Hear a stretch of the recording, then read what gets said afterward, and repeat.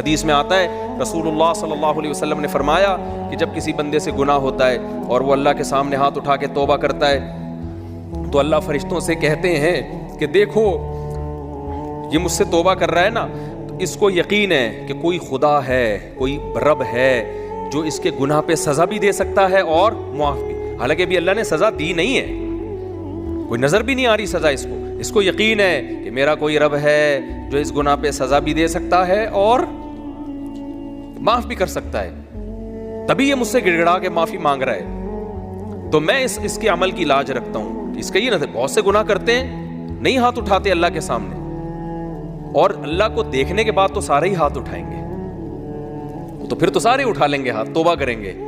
अल्लाह कह रहे देखा नहीं है इसने, मेरी आयत पर ईमान लाया है, मेरी निशानियां देखकर, मेरे पैगंबरों की दावत पर लब्बैक कहा है, तो इस अमल की लाज रख के मैं इसकी तौबा को कबूल करूंगा। हदीस में आता है फिर वो दोबारा गुनाह करता है, फिर दोबारा अल्लाह के सामने आके माफ़ी मांगता है। अल्लाह कहता है दोबारा गुनाह हो गया, फिर माफ़ी मांगना इसकी अलामत है, इसको यकीन है कि मेरा कोई रब है जो गुनाहों पे सज़ा भी दे सकता है और जज़ा भी दे सकता है, माफ़ भी कर सकता है।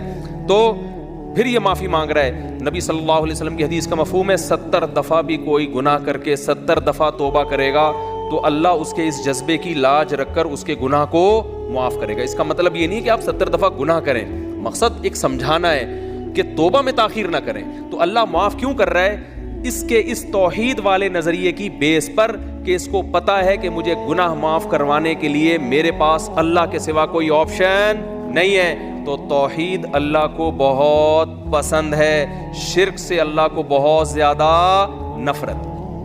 तो ये 4 शर्तें भाई जिसमें पाई जाएंगी, फिर वो आप अमल करोगे तो अमल क्या कहलाएगा? इज कॉल्ड अच्छा।